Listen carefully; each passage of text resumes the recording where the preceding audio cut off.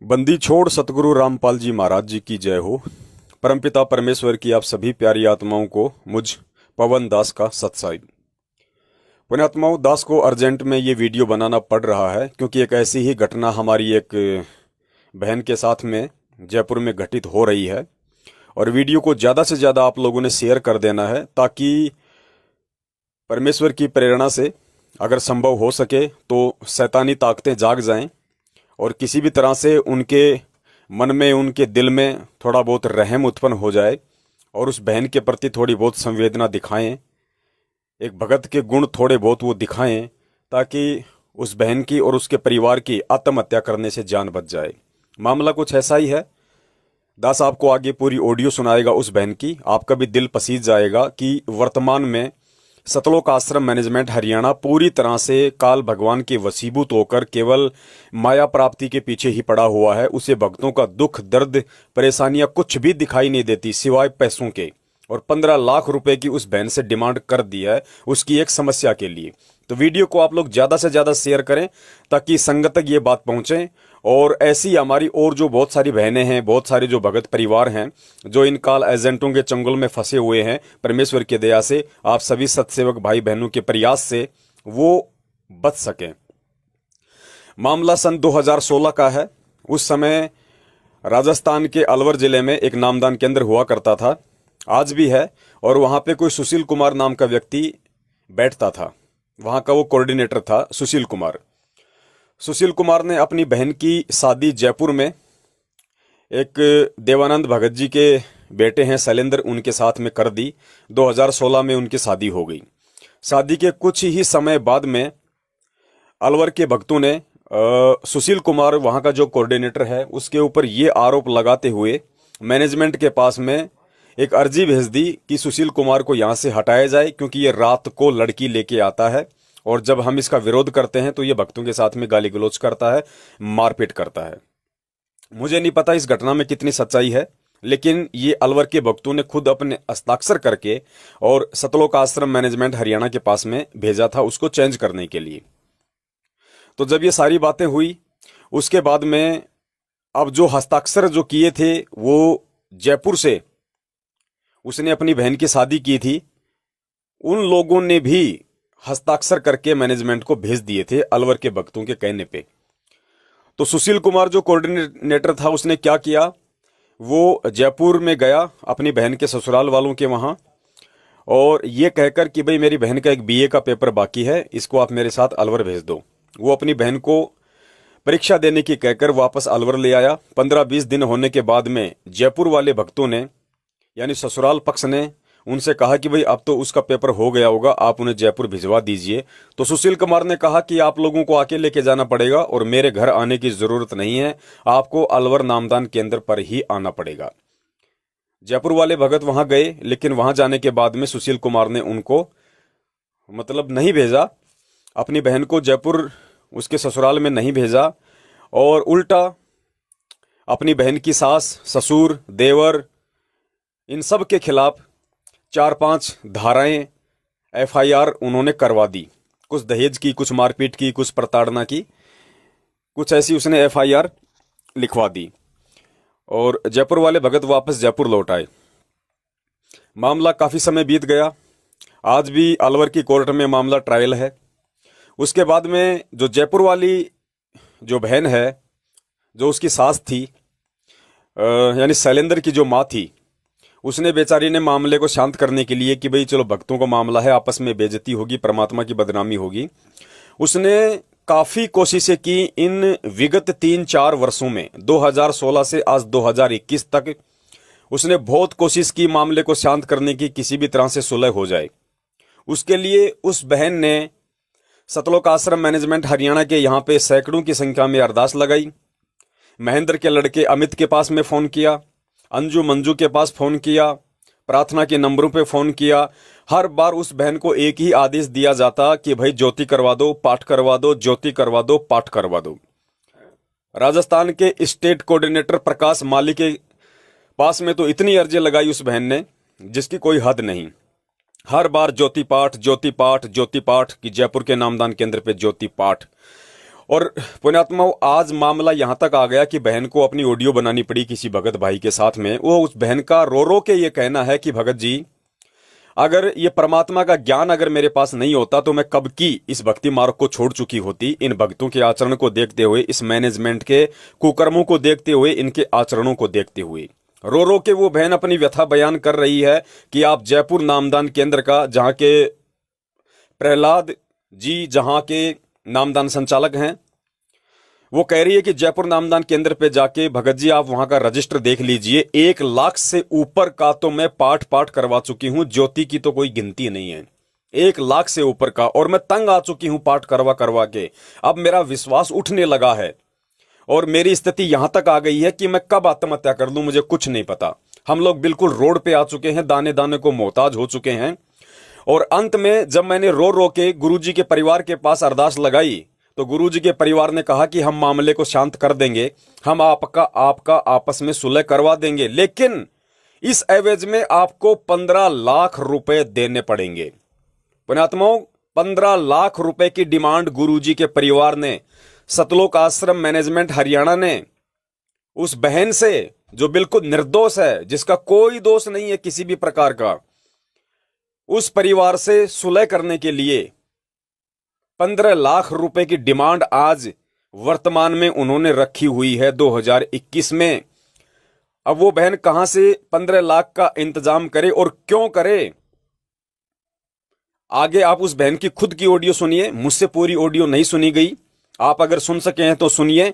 और आप भक्तों के भी अगर आत्मा में थोड़ा बहुत यदि परमेश्वर का ज्ञान समाया हुआ है, अगर आप लोग यदि जीवित हैं, तो मैं निवेदन करूंगा कि इस ऑडियो को आप जी जितना हो सके उतना इस वीडियो को शेयर कीजिए, अपने हर ग्रुपों में शेयर कीजिए, फेसबुक के हर ग्रुपों में शेयर कीजिए जहां जहां हमारी संगत जुड़ी हुई है, ताकि लोगों को हकीकत का मालूम पड़े, लोगों को सच्चाई का मालूम पड़े कि किस कदर परमपिता परमेश्वर सतगुरु रामपाल जी महाराज जी को बरवाला कांड के तहत जेल में करवा के आज उन्हीं की आड़ में ये एक शैतानी ताकतों के अधीन होके ये काल एजेंट सतलोक आश्रम मैनेजमेंट हरियाणा, ये स्टेट कोऑर्डिनेटर, ये फर्जी नामदान केंद्र वाले, ये गुरुजी के परिवार वाले, बेटा बेटी किस कदर एक भेड़िए की भांति बेचारी भोली भाली संगत को काटने में लगे हुए हैं।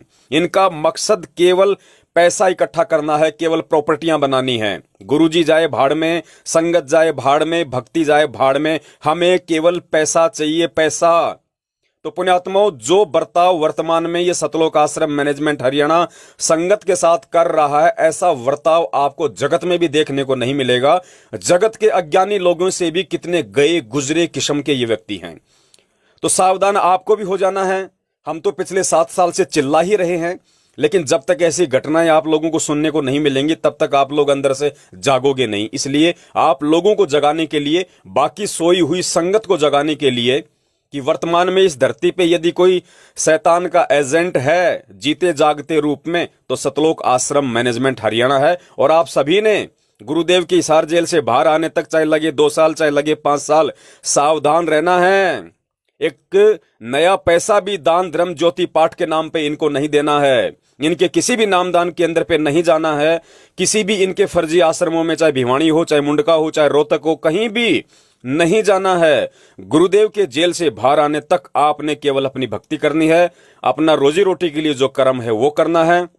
10वें अंश का पैसा निकाल के अपने अकाउंट में रख दो या अपने घर में रख दो। बाकी किसी भी कुपात्र को 1 रुपया मत दो। आज देखिए खुद वो बहन इन परिस्थितियों से जूझ रही है, और कहीं ना कहीं गलती उस बहन की सिर्फ ये रही है कि उसने अनजाने में पहले इन कुपात्रों को दान किया। और गुरुदेव कहते हैं अगर कुपात्र को दान करोगे तो दोनों को परिणाम भोगना पड़ेगा। तो वो बहन तो अपना परिणाम भोग ही रही है, उसके बावजूद भी उस बहन की बुद्धि नहीं खुली। और ये घटना घटित होने के बावजूद भी उसने अपनी गलतियों पे चिंतन मनन ना करके आज कम से कम 1.5-2 लाख रुपया ज्योति पाठ के नाम पे उस मसले को हल करने के लिए उसने और इनको पात्रों को देके वो पाप की भागन बन बैठी। और पुण्यात्माओं, परमात्मा रजा करेगा कहां से, परमात्मा दया करेगा कहां से? खुद वो बहन की ऑडियो सुनिए, वो कह रही है कि मेरा विश्वास उठ चुका है, मेरा इन अर्जियों से विश्वास उठ चुका है। अरे बहन, विश्वास ही उठेगा? तुम तो दलदल में फंस चुकी है, तुम्हें तो बाहर निकलना चाहिए था। तुम दलदल से बाहर निकलने के लिए तुम और दलदल में हाथ पैर मार रही हो। ऐसा नहीं होता है।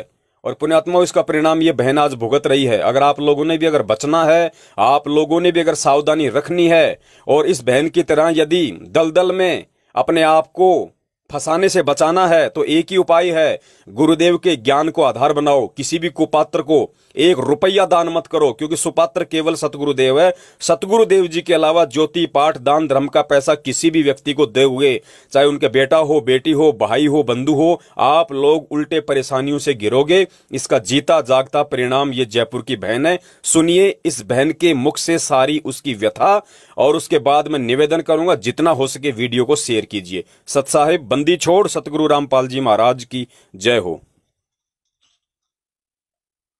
में डाल दिया था उस केस को। अब वो समझौते में उसने स्पष्ट मना कर दिया कि पापी ने उसने खुद ने भी मना कर दिया कि हम समझौता नहीं करना चाहते। अब अगर जी मेरे पास क्या बचा, मालिक के पास में रोज अर्जी लगाती हूँ, खूब अर्जी लगा ली।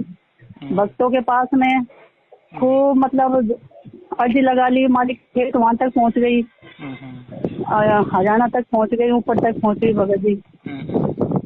और अमित भगत जी वो उनके भाई हैं, वो भगत जी, और वो मंजू अंजू भगतमती, और राजस्थान का कोने तरीके तो गिनती है, राजस्थान कोने तरीके तो गिनती नहीं कितनी बार अर्जी लगाई है। अच्छा।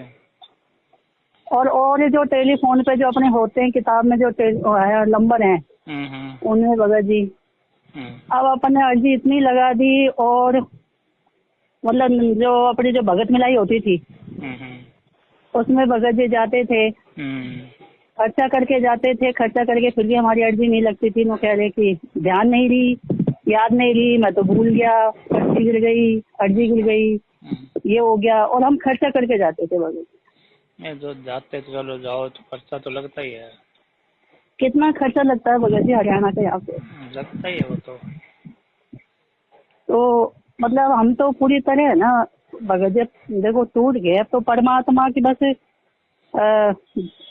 रास्ते में बचे हुए नहीं, तो मतलब भक्तों ने कोई मतलब खूब कोशिश करे कि मतलब हमारा अविश्वास हो चुका है मैनेजमेंट के ऊपर, भक्तों के ऊपर। अब हमारा अविश्वास हो चुका है, बस एक परमात्मा के चरणों में एक आशा की किरण बची है। परमात्मा तो करने वाला तो परमात्मा ही है, भगत को कौन क्या कर देगा? भगत तो कुछ नहीं कर सकते। अब देखो कोशिश होती है, कोशिश है, मैंने भी खूब कोशिश कर ली थी, और 1-2 भगत और साथ जा के बैठ के बात करने कोई बात पे आता ही नहीं है। अब भगत जी मैं तो सबसे बड़ी जात में अपनी अर्जी लगती है, वो झूठी अर्जी तो लगती नहीं होगी।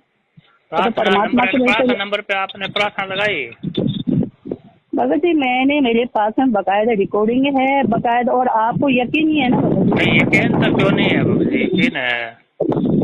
अगर आपको यकीन नहीं है तो मेरे को आपने ऐसे कैसे कह दिया? वो यकीन है, आप जो बता रहे हो कि झूठ थोड़ी बोल रहे हो। नहीं मेरे में हो सकता है भगत जी, क्या कई बार आदमी में फंस जाता है। ऐसी बात नहीं है भगत जी।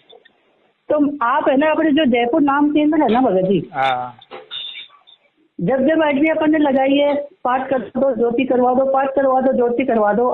भगत जी मेरे मुँह से मैं कहना तो नहीं चाहती है ना, 3-4 अर्जी लगाई थी, उनका तो हम पाठ के वो प्रसाद भी दिया है, पाठ प्रकाशन होता है ना। और हमारे पास में पर्चियाँ रखी है, और जयपुर नाम केंद्र पे आप मतलब पूरा रजिस्टर में देख लो, कितनी तो पाठ करा दिए, कितनी ज्योति करवा दिया। थक गए भगत जी, विश्वास नहीं होता है कि अर्जी लगती है कि नहीं लगती। देखो अर्जी तो बगैर तो घोड़े कोई पाठ का, कोई ज्योति का, कोई आदेश ऐसे आते ही नहीं है। हाँ भगत जी जब मैंने अर्जी लगाई, पाठ करा दो, हमारी कृपा करेंगे। जो आप प्रार्थना नंबर पे प्रार्थना लगाओगे तो वो जवाब दूसरे दिन जवाब लोगे तो आप क्या बताएंगे? वो मेरे को देखो भगत जी ये बोला मालिक कृपा करेंगे पाठ करा दो, मालिक कृपा करेंगे ज्योति करवा दो, मालिक कृपा करेंगे पाठ करवा दो, मालिक कृपा करेंगे ज्योति करवा दो। अपने जयपुर नाम केंद्र पे बकायदा रजिस्टर में आप देख सकते हो कितने पाठ हो गए, कितनी ज्योतियाँ हो गई है। अब मैं बस थक गई पूरी तरह। मतलब हमको तो हम तो बचे हुए हैं भगत जी, नहीं तो भक्तों ने मैनेजमेंट वो मेरे मुंह से नहीं कहना चाहती भगत जी, मुझे माफ करना, परमात्मा मुझे माफ करे। हमको मरने के लिए मजबूर कर दिया इन लोगों ने, हम तो बस बच रहे हैं बस। इस तरह से मजबूर किया है भगत जी, इस तरह से मतलब हमको हंसे हमारे ऊपर, भगत हंसे भगत जी। तो जैद की घूट पी के हम यहाँ बैठे हैं और भगत कह रहे पैसा देना पड़ेगा और आपको देना पड़ेगा, पैसा लेना बताए वो 15 लाख रुपया भगत जी, 15 लाख रुपया। अच्छा 15 लाख रुपया कह के गए भगत बकाया था। अच्छा हाँ तो काय का मतलब देना भगत पड़ेगा? हमको हंसते कोई हैं। जुर्म थोड़े कर दिया हमने, 15 लाख देना पड़ेगा, काय का देना पड़ेगा? भगत जी मैं मेरे मुंह से नहीं कहना चाहती, इसको लाखन से तो ऊपर तो पार्ट हो गया। ज्योति की अलग, ज्योति की गिनती आप है ना, नाम के पर बकाया है, रजिस्टर में एंट्री है। अगर एक ही मतलब मैं झूठ बोलती हूँ, मेरे पास पर्चियां हैं, अगर वो वहाँ पे झूठ बोलते हैं ना तो भगत जी मेरे पास पर्ची है, बोलेंगे मेरे पास पर्ची है। 4-5 का मैं पावर ले आई हूँ, तो प्रसाद आता है एक बार, तो मतलब 2-3 बार तो मुंडका से लेके आई थी, 2 बार मैं भिवानी से लेके आई हूँ। तो मतलब वो पावर मतलब प्रसाद मिलता है परमात्मा का पास की काफी। तो वो पर्ची तो मेरे पास नहीं है भगत जी, बाकी का तो सारी एंट्री है यहाँ पे। नहीं वो एंट्री मैं थोड़े देख रहा, एंट्री से अब थोड़ी पूछ रहा हूँ एंट्री की और की। तो भगत जी अब बताओ कितना दुख है, माफी मांगो, माफी मांग ली, क्या क्या करे भगत जी, ऐसा तो जगत में भी नहीं होता, वक्त ऐसे से परेशान करे। अपना मैनेजमेंट है, परमात्मा ने मैनेजमेंट बनाया तो सुविधा के लिए बनाया है। तो ये थोड़ी है कि भक्तों को ऐसी असुविधा कर दो, उनको आत्महत्या करने के लिए मजबूर कर दो, ये कैसा मैनेजमेंट बनाया है? आज मेरा बच्चा है जो घर से निकल गया, सारे भगत हंसते हैं, क्यों हंसते? भगत है, भगतों को तो साथ देना चाहिए। भगत यहाँ से सारी बात पूछ जाते, वहाँ से जवाब नहीं देते वहाँ पे क्या हुआ। अब देखो सब तरह से कोशिश कर ली भगत जी, मैं तो थक गई। दिया जी वो से बोले कि अर्जी लगा दे, मैं कि दिया जी मैं तो लगा के थक चुकी हूँ, मैं कोई अर्जी नहीं लगाऊंगी अब। और मैं अब भगत जी मैं तो सही कह रही भगत जी, अब मैं है ना भूख, मतलब मैं भूखी रहूंगी परमात्मा के चरणों में जब तक मुझे परमात्मा। अब मैं दिया जी से ये करूँ 10-15 दिन अगर मेरे को परमात्मा के हाथ से नहीं आया ना तो मैं परमात्मा के धरने पे बैठ जाऊंगी भूखी। परमात्मा वैसे भी तो मरे हम, फिर भूखी मरूंगी भगत जी, सच में सच्ची कह रही हूँ। मैं अन्न का दाना नहीं खाऊंगी, मैं थोड़े मरने देते हैं। मैं भगत जी मैं बैठूंगी, मैं परमात्मा के चरणों में जोर जला के बैठूंगी वहां, जब तक मुझे न्याय नहीं मिलेगा तो परमात्मा मैं अन्न का दाना गिनाई नहीं करूंगी।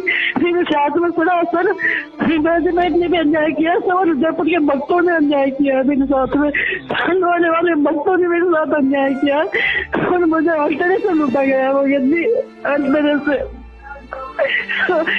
मैं हर तरह से परेशान हो रही हूँ, कोर्ट केस में तो कोर्ट केस में परेशान हो रही हूँ, मेरे से परेशान कर रखा। ये कौन सा न्याय है परमात्मा का? मैं परमात्मा के मैं मुँह हड़ताल करूँगी परमात्मा के चरणों में, परमात्मा ग्रहण नहीं करूंगी। मैं दिया जैसे कह दी मैं 20 दिन दे रही हूँ तुझे दिया दी, तो कुछ करे तो 20 दिन के बाद में मैं परमात्मा के चरणों में बैठूंगी। मैं ग्रहण नहीं करता, मर जाऊँ, क्योंकि मेरे साथ में अन्याय हुआ है भगत जी, मेरे साथ अन्याय हुआ है भगत जी। मेरा बच्चा इतना टेंशन में रहता है भगत जी, बहुत है ये सारा भगत जी। हम बस बचे हुए हैं भगत जी, इससे बचे हुए हमको सारे जयपुर के भक्तों ने जान कर रखा है हमारे ऊपर भगत जी। मैं तो जाना छोड़ दिया भगत जी, सत्संग में पुस्तक सेवा में सब जी जाना छोड़ दिया भगत जी। नफरत होती है भक्तों के नाम से भगत जी, मालिक मुझे माफ करना परमात्मा, मुझे नफरत होती है मैनेजमेंट के नाम से, मुझे नफरत होती है भक्तों के नाम से। इससे बड़ा तो जगत अच्छा है भगत जी, जगत अच्छा है भगत जी, जगत कम से कम न्याय तो करता है, सच तो बोलता है कम से कम। भगत जी बहुत गलत है, भगत जी बहुत गलत हो रहा है, भगत जी बहुत गलत हो रहा है, ये सरासर अन्याय है भगत जी। मैं बात करता हूँ क्या कहते हैं मैनेजमेंट से, मैं बात करता हूँ भगत जी। आप बकायदा मैं ना आपसे अब तक जो भी बोले बना, आपसे नहीं हर भक्तों से जहाँ भी बोला सोले आना सच बोला है भगत जी। नियम पे, परमात्मा के एक एक नियम पे चल रही हूँ भगत जी। क्यों हमारा सुल्तान हो जाए परमात्मा? हमने उसको जाने के लिए मना नहीं किया परमात्मा, हमने उस बेटी को दुख ना दिया परमात्मा, हमने कुछ लिया नहीं परमात्मा, हमने कुछ नहीं किया, वो नीच जात पात कुछ नहीं देखा परमात्मा। अंधविश्वास हो के आपके तीन चरणों में आपके नियम का फॉलो किया परमात्मा, सुना कर दिया क्या? पता नहीं है दिया जी ने भी कौन सा जन्म का बदला लिया, पता नहीं है जैसे मैंने बोल दिया जी। हाँ मैंने चुपचाप बैठे हो, आज मैं कितनी परेशान हो रही हूँ, कितनी हो रही हूँ, कितनी तड़प रही हूँ, तो को तो मेरा दुख नजर आना चाहिए ना, किसी को नजर आया नहीं है, कितने परेशान हो रहे हो भगत जी। केस में देखो पैसा लगता है, ये तो ना लेकिन उसके केस हो जाता है भगत जी। हाँ हाँ पैसे केस में और क्या कोई आमदन थोड़ी होती है। और जैसे क्या है भगत जी, मैं फिर भी परमात्मा आप हो, कोई बात नहीं, परमात्मा खेले जैसे जो जो कहते जा रहे मैं करती जा रही हूँ, कोई बात नहीं परमात्मा। फिर कह रहे 15 लाख रुपया भगत जी, 15 लाख रुपया मैं क्या अपने आपको देती हूँ, मेरे बच्चों को देती हूँ मैं दूँ इसको 15 लाख रुपया? किस बात का भगत जी, किस बात का दूँ मैं? काम करना करूँ मैं? ठीक है मैं बात करूँ, अभी बात करूँ, नामदान से बात करूँ, क्या चक्कर है, क्यों ये सहायता क्यों नहीं करे, अभी बात करूँ भगत जी। अन्याय हुआ है भगत जी, अन्याय हो रहा है वास्तव में। भगत जी बस बच्चे परमात्मा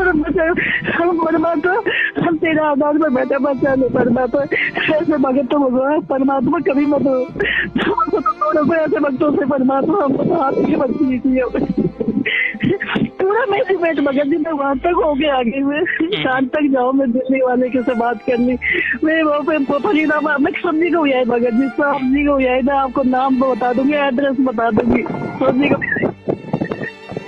भगत जी। मैं करूँ आपको बात। ठीक है भगत जी, माफ करना भगत जी, कोई गलती हो गई हो तो मुझे माफ करना भगत जी। बहुत दुख है भगत जी, मेरे बच्चे बहुत परेशान हो रहे हैं। परेशान है, सभी परेशान है, आप भी परेशान हो, वो ठीक है अभी बात। हम भगत जी हम एक टाइम खाना खा रहे टेंशन के मारे, एक टाइम, और अब हमारे बच्चे ये कह रहे हैं कि परमात्मा तो न्याय क्यों नहीं करता, उनके अंदर अविश्वास पैदा होता जा रहा है परमात्मा। भगत जी मैं नहीं चाहती मेरा परिवार बड़े मुश्किल से परमात्मा के चरणों में जुड़ा, मैं नहीं चाहती परमात्मा के चरणों से छूटे, परमात्मा दया कर ले दाता। आप तो 3-4 साल हो गए भगत जी, अभी करता हूं बात करके ठीक है भगत जी, सच है भगत जी, माफ करना कोई गलती हो गई मुझसे, तो गलत बोल दो बोलो। ठीक है भगत जी, ठीक है।